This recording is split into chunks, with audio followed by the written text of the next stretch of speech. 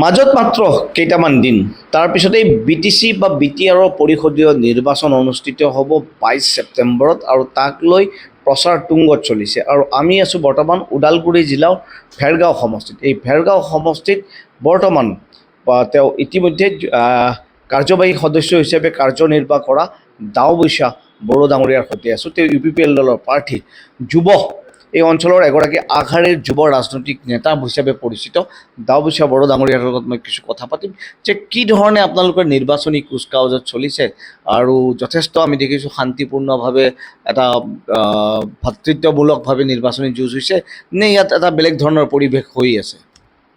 নমস্কাৰ, মই সকলোকে শুভেচ্ছা যাচিছোঁ।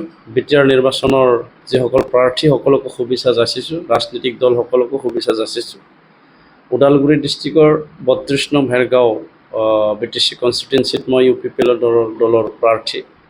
ইতিমধ্যে আমি নিৰ্বাচন প্ৰচাৰ তুংগ কৰিছোঁ। বিভিন্ন গাঁৱত, বিভিন্ন অঞ্চলত আৰু বিভিন্ন সমাজত গৈ পেলাই আমি নিৰ্বাচন প্ৰচাৰ কৰিছোঁ।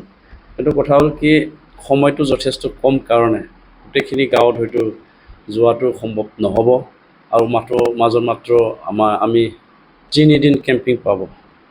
গতিকে আমি বিচাৰোঁ নিৰ্বাচন শান্তিপূৰ্ণ হওক, যিহেতু BTR চুক্তিৰ যোগেদি 2020 চনৰ 27 জানুৱাৰীত যিটো হোৱা চুক্তি BTR যোগেদি আমাৰ এই অঞ্চলত শান্তি স্থাপন হৈছে আৰু 2020 15 ডিচেম্বৰৰ পৰা আমাৰ ইয়াত প্ৰমোদ বড়ো ডাঙৰীয়াৰ নেতৃত্বত এটা গুড গভৰ্নেন্স ইয়াত চলিল।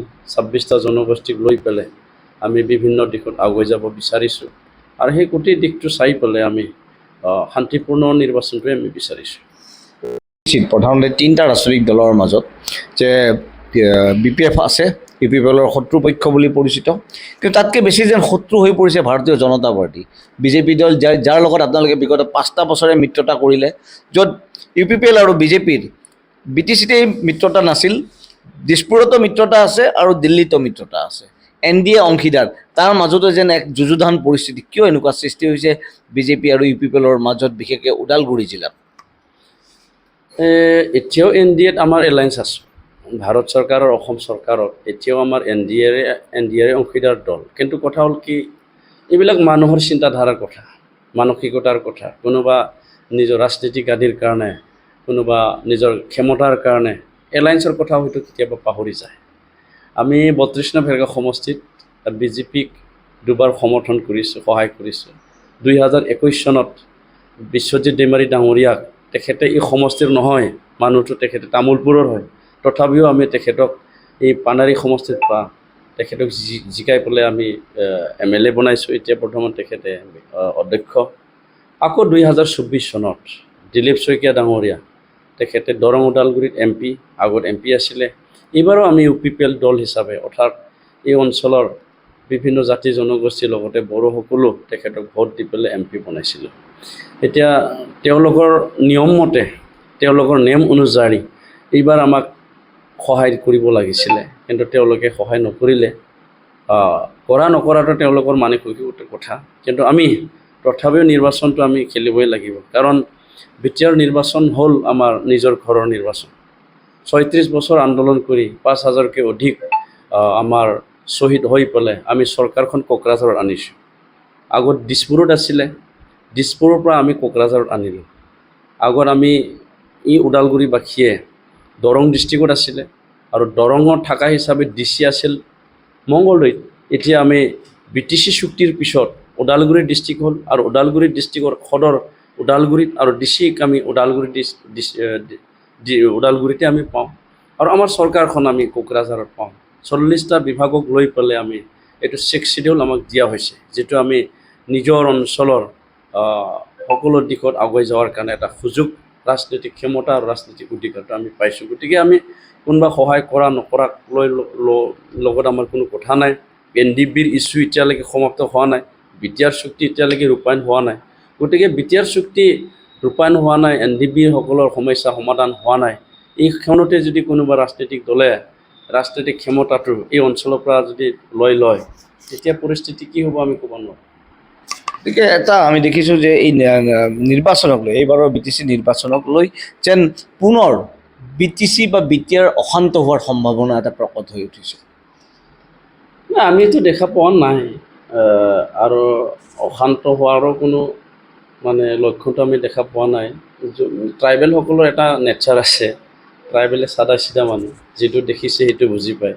ইণ্টাৰনেল কথাবিলাক ট্ৰাইবেলবিলাকে নাজানে, এই অঞ্চলত বসবাস কৰা সকলো নাজানে। গতিকে ৰাজনীতিক যুঁজৰ নামত কোনোবা যদি উত্তেজনামূলক কথাবিলাক যদি কৈ দিয়ে, 6 শিডিউলৰ আইনবিলাক যদি কোনোবা ভংগ কৰি দিয়াৰ কথা যদি কয়, কোনোবা যদি VCDCবিলাক ভংগ কৰাৰ কথা যদি কয়, এই অঞ্চলৰ মানুহখিনি নাৰ্ভাছ হয়। গতিকে এইবিলাক যাতে নকয়।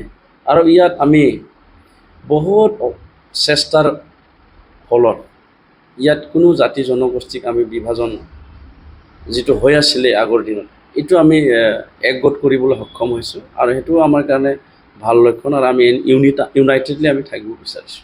গতিকে এইবাৰৰ নিৰ্বাচনত UPPL দলে 40খন আসনত প্ৰতিদ্বন্দ্বিতা পাই আপোনালোক পুনৰ ক্ষমতালৈকে আহিব বুলি আশা কৰে?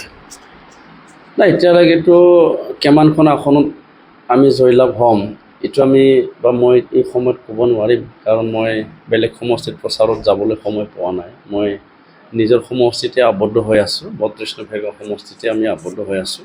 মোৰ নিজৰ সমষ্টি UPPL জিকাটো নিশ্চিন্ত। গতিকে আমি বেলেগ সমষ্টিটো নাজানো। এনে এছেছমেণ্টত কৈ আছে UPPL 25টাৰ পৰা 27টা আসন পোৱাৰ এটা সম্ভাৱনাটো আজি দেখিছে। গতিকে এই দিশতে যাব বুলি মই অনুভৱ কৰিছোঁ।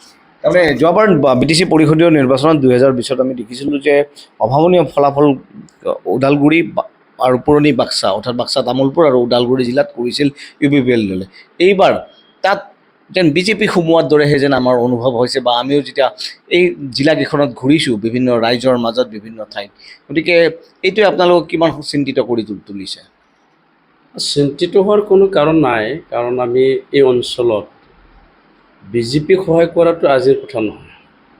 নাৰায়ণ বৰকটকী, ৰমেন ডেকা আৰু দিলীপ শইকীয়া, এই তিনিগৰাকী ব্যক্তিক আমি মংগলদৈ সমষ্টি থকা সময়তো সহায় কৰিছোঁ। এতিয়া দৰং ওদালগুৰি সমষ্টি হৈছে, ইয়াতো সহায় কৰিছোঁ আমি। গতিকে বহুত বছৰৰ পৰা আমি তেখেতসকলক সহায় কৰি আহিছোঁ। আৰু আমাৰ এই অঞ্চলত ৰিজনেল এটা চেণ্টিমেণ্ট আছে, জাতিগত এটা চেণ্টিমেণ্ট আছে। সেই হিচাপে এই অঞ্চলৰ মানুহখিনি হঠাৎ নেশ্যনেল দলত গুচি যাব সাধাৰণ ৰাইজে, সেইটো মই নাভাবোঁ। দুই এটা কোনোবা বিভিন্ন কাৰণত হয়তো যাব পাৰে। গতিকে গোটেই ৰাইজে নাযায়।